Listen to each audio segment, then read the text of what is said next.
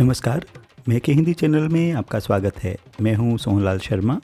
आज के इस वीडियो में अभिव्यक्ति और माध्यम पुस्तक के तीसरे पाठ विभिन्न माध्यमों के लिए लेखन पर आधारित प्रश्नोत्तर समाहित है। ये पाठ कक्षा 12वीं के लिए निर्धारित है। तो लीजिए पेश है ये सवाल जवाब। विभिन्न माध्यमों के लिए लेखन पाठ से पहला महत्वपूर्ण प्रश्न ये है कि मुद्रित यानी प्रिंट माध्यम की क्या विशेषताएं हैं। तो इसका जवाब ये है कि मुद्रित माध्यमों की ये विशेषताएं हैं। पहला, मुद्रित माध्यमों के छपे शब्दों में स्थायित्व होता है, यानी स्थायीपन होता है। हम उन्हें अपनी रुचि और इच्छा के अनुसार धीरे धीरे पढ़ सकते हैं और पढ़ते पढ़ते कहीं भी रुक कर सोच विचार कर सकते हैं और इन्हें बार बार पढ़ा जा सकता है। इसे पढ़ने की शुरुआत किसी भी पृष्ठ से की जा सकती है। इन्हें लंबे समय तक सुरक्षित रखकर संदर्भ की तरह यानी एक रेफरेंस के तौर पर हम इसका प्रयोग कर सकते हैं। और अंतिम विशेषता यह है कि यह लिखित भाषा का विस्तार है, जिसमें लिखित भाषा की सभी विशेषताएं निहित है। अगला प्रश्न, मुद्रित माध्यम की सीमाएं या दोष या कमियां क्या हैं। तो मुद्रित माध्यमों की सीमाएं या कमियां इस तरह से हैं। पहला कि ये निरक्षरों के लिए यानी जो पढ़े लिखे नहीं हैं उनके लिए ये माध्यम किसी काम का नहीं है।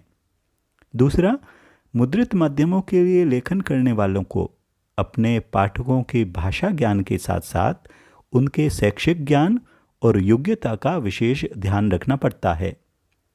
तीसरा, पाठकों की रुचियों और ज़रूरतों का भी पूरा ध्यान रखना पड़ता है।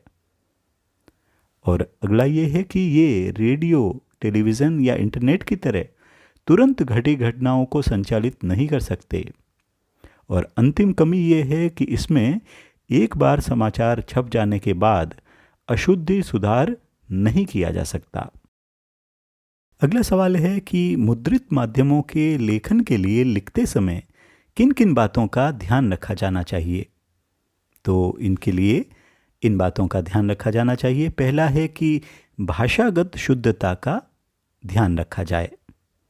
दूसरा, प्रचलित भाषा का प्रयोग किया जाए। तीसरा, समय, शब्द व स्थान की सीमा का ध्यान रखा जाना चाहिए। और अंतिम, लेखन में तारतम्यता और सहज प्रवाह होना जरूरी है। अगला प्रश्न, जनसंचार माध्यम के रूप में रेडियो की क्या विशेषताएं हैं। तो इसका जवाब यह है कि रेडियो एक श्रव्य और एक रेखीय माध्यम है। इसमें शब्द एवं आवाज़ का महत्व होता है। रेडियो समाचार की संरचना उल्टा पिरामिड शैली पर आधारित होती है और रेडियो को सबसे कम खर्चीला और सर्वसुलभ यानी जो हर जगह मिल जाए ऐसा माध्यम माना जाता है। अगला सवाल कि रेडियो समाचार लेखन के लिए किन किन बुनियादी बातों पर ध्यान दिया जाना चाहिए। तो इसका जवाब है कि समाचार वाचन के लिए यानी समाचार पढ़ने के लिए तैयार की गई कॉपी साफ सुथरी और टाइप्ड कॉपी होनी चाहिए। दूसरा, कॉपी को ट्रिपल स्पेस में टाइप किया जाना चाहिए। पर्याप्त हाशिया यानी मार्जिन छोड़ा जाना चाहिए। अंकों को शब्दों में लिखा जाना चाहिए। और अंतिम, संक्षिप्त अक्षरों यानी एब्रिवेशंस को के प्रयोग से बचा जाना चाहिए। अगला प्रश्न है कि जनसंचार के रूप में टेलीविज़न यानी दूरदर्शन की क्या विशेषताएं हैं। तो दूरदर्शन जनसंचार का सबसे लोकप्रिय व सशक्त माध्यम है। इसमें ध्वनियों के साथ दृश्यों का भी समावेश होता है, यानी साउंड के साथ साथ विजुअल भी इसमें शामिल रहते हैं। इसके लिए समाचार लिखते समय इस बात का ध्यान रखा जाता है कि शब्द व पर्दे पर दिखने वाले दृश्य में समानता हो, यानी दोनों में मेल हो। अगला प्रश्न है कि टेलीविज़न खबरों के विभिन्न चरण कौन कौन से होते हैं। तो टेलीविज़न में कोई भी सूचना इस तरह से यानी इन सोपानों से होते हुए दर्शकों तक पहुंचती है। पहला है फ्लैश या ब्रेकिंग न्यूज़, यानी समाचार को कम से कम शब्दों में दर्शकों तक तत्काल पहुंचाना। दूसरा ड्राई एंकर, यानी एंकर द्वारा शब्दों में खबर के विषय में बताया जाता है इसमें। अगला है फोन इन, यानी एंकर रिपोर्टर से फोन पर बात कर दर्शकों तक सूचनाएं पहुंचाता है। अगला है एंकर विजुअल। एंकर विजुअल यानी समाचार के साथ साथ संबंधित दृश्यों को दिखाया जाना। अगला है एंकर बाइट।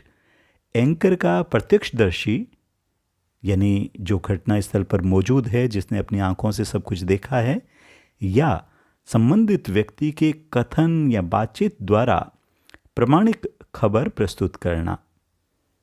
अगला है लाइव। घटनास्थल से खबर का सीधा प्रसारण। और अंतिम चरण है एंकर पैकेज।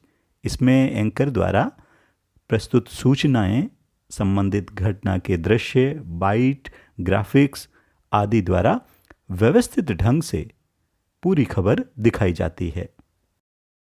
अगला प्रश्न है, इंटरनेट क्या है और इसके गुण दोष क्या हैं? तो इसका जवाब यह है कि इंटरनेट विश्वव्यापी यानी वर्ल्ड वाइड अंतर्जाल है। यह जनसंचार का सबसे नवीन व लोकप्रिय माध्यम है। इसमें जनसंचार के सभी माध्यमों के गुण समाहित हैं। ये जहां सूचना, मनोरंजन, ज्ञान और व्यक्तिगत एवं सार्वजनिक संवादों के आदान प्रदान के लिए श्रेष्ठ माध्यम है, वहीं यह अश्लीलता, दुष्प्रचार व गंदगी फैलाने का जरिया भी है। ऐसे ही उपयोगी वीडियो के लिए चैनल को सब्सक्राइब करें, साथ ही लाइक व शेयर करना न भूलें। बने रहिए चैनल के साथ। मिलते हैं अगले वीडियो में। नमस्कार।